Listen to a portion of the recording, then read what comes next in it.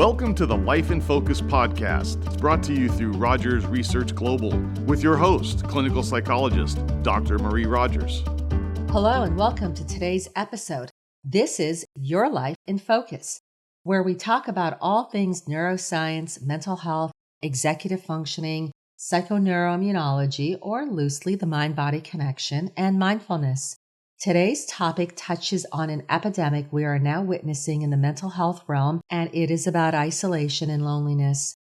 Too many these days are experiencing profound feelings of isolation and loneliness, resulting in mental and physical health consequences.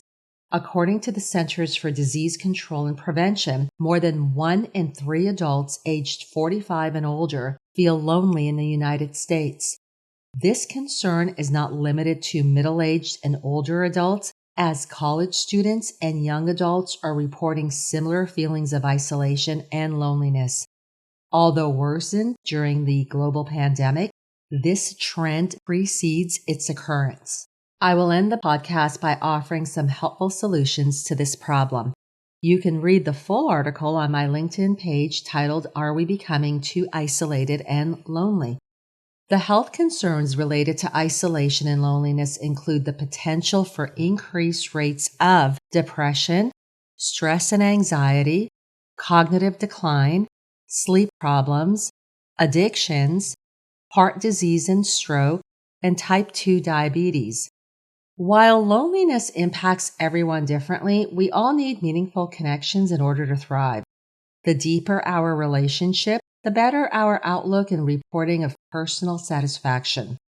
It appears that social media and the advancements in technology have actually created the opposite intended effect: more superficial and less meaningful interactions.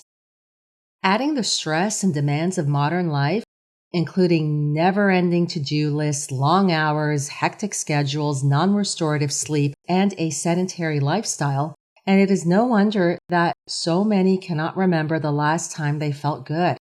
High levels of anxiety and not feeling satisfied about oneself and one's life typically result in lowered motivation to get together and interact with others.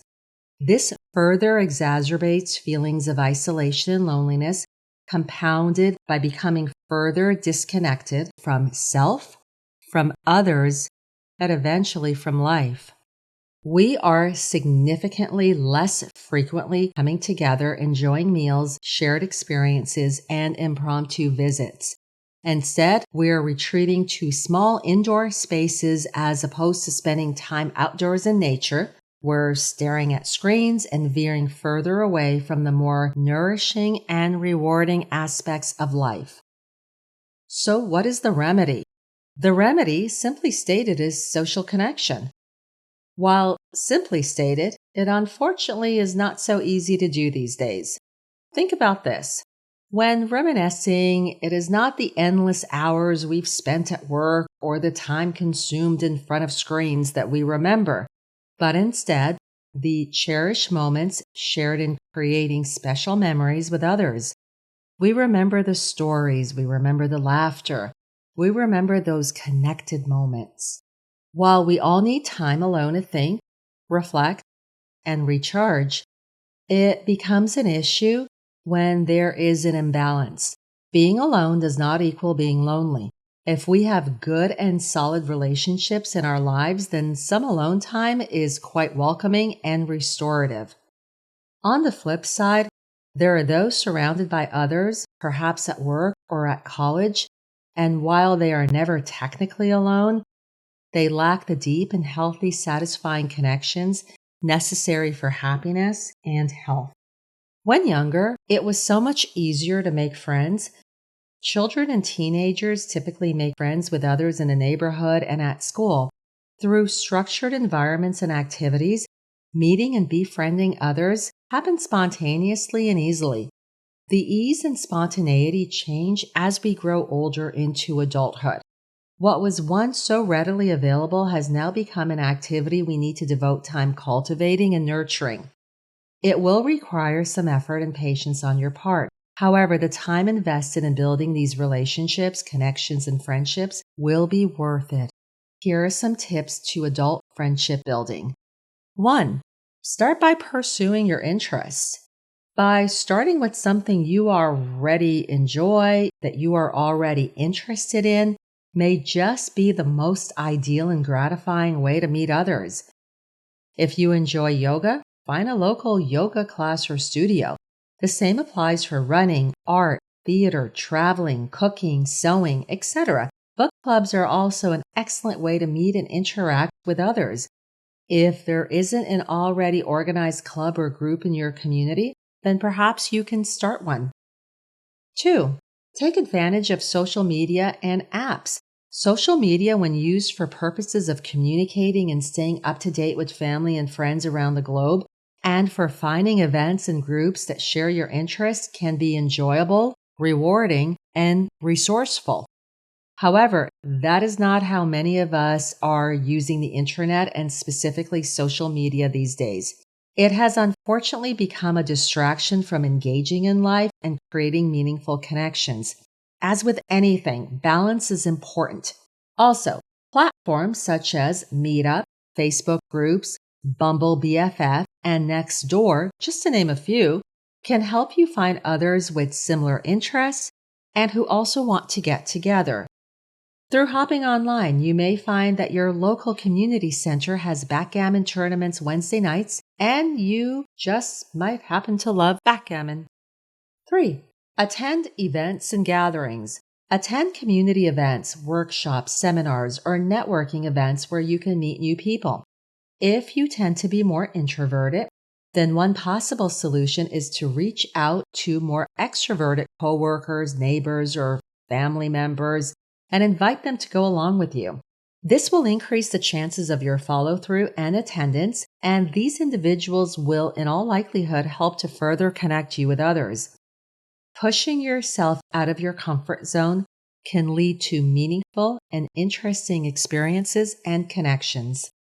And 4, volunteer.